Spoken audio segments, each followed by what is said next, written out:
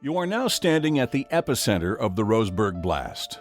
Behind you is the only monument to the blast, a reminder of that horrific night some 50 years ago. Behind the monument, where the car dealership is now, was Garretson's Building Supply Company. Across the street in front of you, where a car lot exists today, was the Coca-Cola bottling plant. Pine Street, where you're currently standing, was relatively quiet 50 years ago. In fact, it was the blast that would change its course to better handle traffic flow through the city. And just a few short feet from where you're standing was the red explosives truck that would forever alter the Roseburg landscape.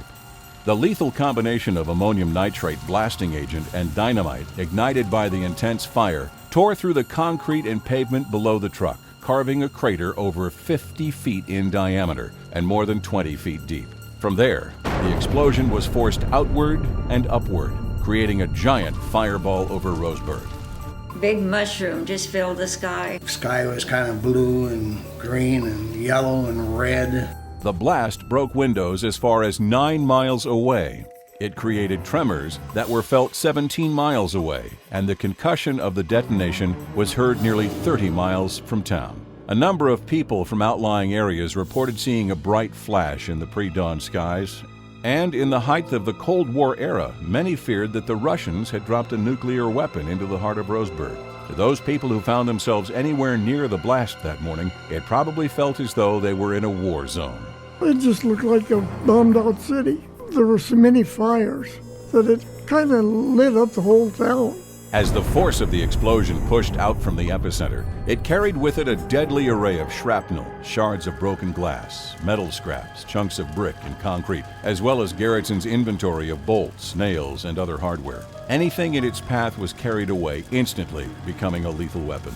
Entire buildings were immediately reduced to rubble. Windows shattered, broken power lines popped and sizzled, providing a shower of sparks in the ensuing darkness. The red explosives truck nearly disintegrated. The front axle was blown 4 blocks away, coming to rest next to the Greyhound bus depot. The only other piece of the truck ever discovered, the spindle, crashed through a funeral home almost 3 blocks from the center of the blast. Automobiles were tossed about like children's toys. Railroad freight cars were lifted clear off of their tracks, and sturdy brick buildings that once formed the core of the downtown were completely flattened. We got a call at the station about a fire at Garretson's.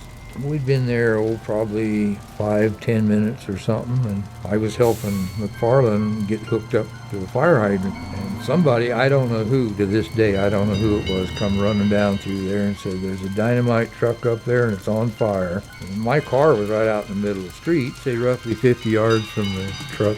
Run around there to get in the car and everything went kaboom, and it knocked me down in the seat and slammed the door against my leg, and it just put the impression of my leg right in that door. The car was out in the street and it blew it backwards. I would say a good 30 feet.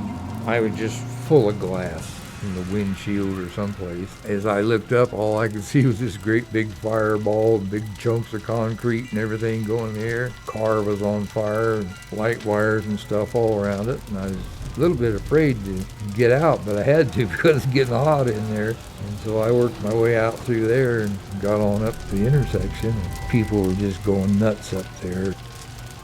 The blast was so powerful that a Western Airlines flight passing some 17,000 feet over the town radioed Medford Airport to report that a nuclear attack might have hit Roseburg.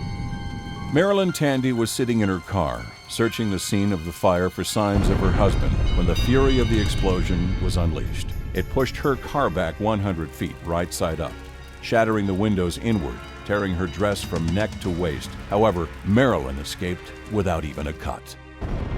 Her husband Dennis, Assistant Fire Chief McFarland, and Service Station Attendant Richard McKnight were not so lucky. All 3 were killed instantly, their bodies found later underneath the rubble of the blast. Unfortunately, the death toll would reach far beyond the 3 men who fought heroically to fight the blaze that triggered the violent explosion. Bill and Eleanor Unrath lived in a house next to their business, the Coca-Cola bottling plant, across the street from where you're standing now. On the second floor of the Coke plant was an apartment that housed employee Martin Lusk and his wife. The Lusks had finished packing their belongings into a trailer that night and were preparing to move back to Eastern Oregon early Friday morning. Awakened by the fire sirens, Bill Unrath, a volunteer fireman, enlisted the help of Lusk to help him run a hose line through a skylight in the roof of the coke plant. Both were killed when the blast destroyed the plant. Although the Unrath home was totaled, the rest of the family, as well as Mrs. Lusk, was spared.